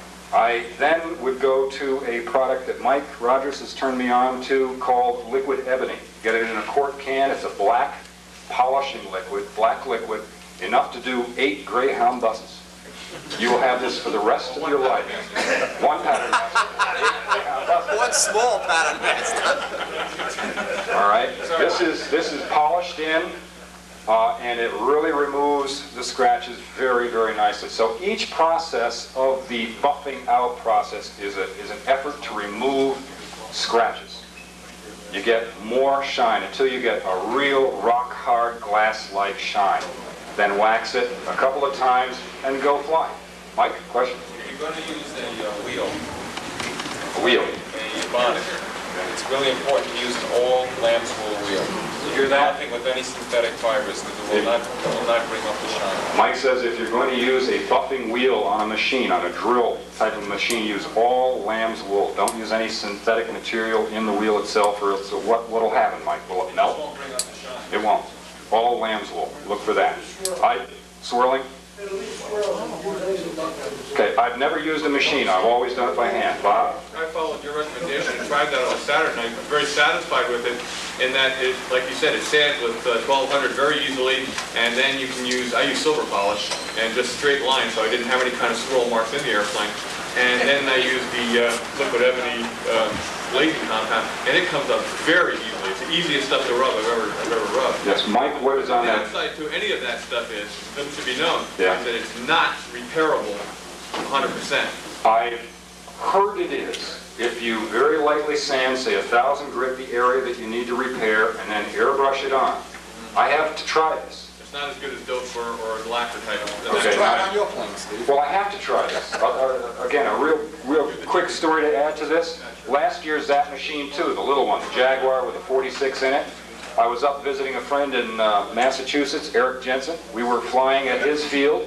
I decided to tape the hinge lines, the elevator hinge line, put new tape back there, all right? Flip the thing over, put it on a sheet and all that kind of a thing. Well, dummy me forgot to close the vent the uniflow vent for the tank, and fuel leaked out, and there it is, making a puddle right on the nose of the airplane. 15 minutes worth of sitting there, all right? Well, I had forgotten that I had, like in very light places, buffed through the one thin coat of Deltron I put on the airplane in a few places, all right? And when I picked it up, well, you know, horrors of horrors, the fuel, 10% nitro, raw fuel, all right, had gotten underneath the Deltron, between the Deltron, and it kind of puckered it in little places, all right, up on and between the SIG dope and the Deltron. It did nothing to the SIG dope. I don't know why. It removed the ink lines, so we're going to have to put them on, but I got to repair that, and I'll let you know. I'll keep you posted on that. Bob, one more comment on all this stuff. One more. All right. Imran, the DAU-82 Deltron, any of the catalyzed urethane paints contain toluene diisocyanates and light-stable aliphatic isocyanates. What that means is light-stable... Mike, write that down, write that down. Let's go. In English. This stuff can kill you. Not make you sick, can kill you. It's number 3 on the toxicity scale, which means can cause immediate death if you're sensitized to it. Both Wendy and I have been damaged to our bronchial passages using this stuff, not realizing what it was at first. I think Wendy even spent some time in the hospital because of it.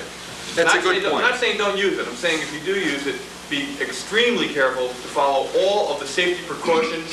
Use paper clothing, use an air-fed respirator, go to somebody else's house to shoot it so it doesn't get in. You can go to Scott Smith's house, Athens, New York, yeah. Jimmy's house, whatever. Jimmy's house is good. I suggest Jimmy's house. Okay. There was a thing I wanted to mention. Vic, you had made a comment earlier about 200 coats of clear, I'm exaggerating, to bring it up without using filler. Years ago in model aviation, I'm not sure who was writing the control line stunt column at the time, but Gene Martine did a guest informational thing on how he finished his Mariner. First 20-point airplane ever at the Nats. Perfect appearance points. Never saw the plane in person, saw not enough photos of it, all right, but gorgeous. He went on page after page after page of how he did this. Now, it was a little difficult to kind of keep track of this, so I said, all right, I'm clever. I'm going to take a piece of paper and I'm going to draw wood down at the bottom, all right? Then sand, let's see, sanding will be a squiggly line, and a dashed line will be clear. So I layered it on a piece of paper from wood all the way up. I basically drew the finish. Each process somehow was drawn on there, some kind of a symbol clear across the page. I ran out of paper. So I had to switch and go to an 8.5 by 14 legal size. Okay, okay, we started wood, because I was only halfway through his finishing process with a regular size piece of paper. So again, up to the legal size, I ran out of paper. Had to go to 11 by 17, 17 inches. Each stage was this high, 1/4 of an inch. That's how much space I gave each sample, and I took the entire page. There was something like 35 coats somewhere along the line put on that airplane and taken off in some way, shape, or form. Has to be an easier way. There's got to be an easier way. I think mine is a little easier, but don't neglect the fact or ignore the fact or think you're going to get away with something. You're not. If you want a top-notch finish like some of the airplanes you see here, it is a lot of work. You have to be dedicated to it, you have to have a goal in mind, and you have to stick to that goal. You're going to want to show people. Jim Borelli, you want to make front row at the Nats, right? Front row at the Nats. Oh, was that a lot of work? That was a lot of work. Tell us the truth. Just ask my wife. Right? Yeah, we know. She told me the truth. There's a lot of work. Mike Rogers, a lot of work. Wendy, you've won the concourse 3 times. Is that a lot of work? Not at all. Not at all. Imran. Imran. Yeah, it's a lot of work. Would I do it again? Never. I might do it again. Say no Only because of the personality I have. Bob, would you do it? I've never done it. See? That's what they all say. Would you like someone here to show you how? Do you put as much work in your flying as you put in your finishes? No, oh heck no. No, this is a beauty event. This is not a flying event. You know that. For Christ's sakes, I mean, the appearance points are all out there. At least what? 6% of the entire score that you could possibly get? This is all fine, but get the line down first. Yes, but how many times have you heard somebody come back from the Nats and say, I got second place because of one damn appearance point? Whoa! Right? That's hitting below the belt, Steve. How many people have said that one appearance points cost me the Nats? That's bull. Whoa! That's bull. That's bull. You can win the Nats with 5 appearance points. Who cares? Who cares? You gotta care. That's what counts. You gotta care to make an airplane look like that. You gotta do the work. Nobody else is gonna do the work for you. You gotta do it. So you gotta set a goal and you gotta stick to it. That's the secret. That's it for me. Lunch, right?